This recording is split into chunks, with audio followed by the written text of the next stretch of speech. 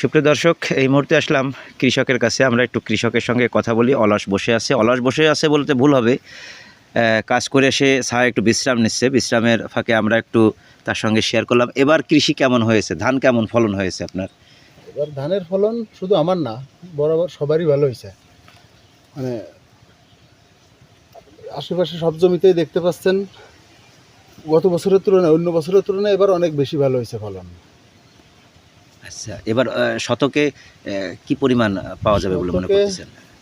আমাদের এদিকে 2.5 শতকে কাঠা হিসাব করা হয়, তো কাঠার হিসাবে ধরি আমরা 20 কাঠা হচ্ছে 1 বিঘা। তো ভালো ধান হইলে প্রতি বছর যেভাবে হয় আর কি, খুব বেশি ভালো হলে 40 মণ বিঘায়।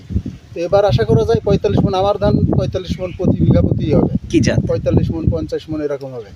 মানে মোটা ধান হীরা যেটা বলে, হীরা 1 হীরা 2 এটা 50 মণ ধরে যাবে 1 বিঘায়।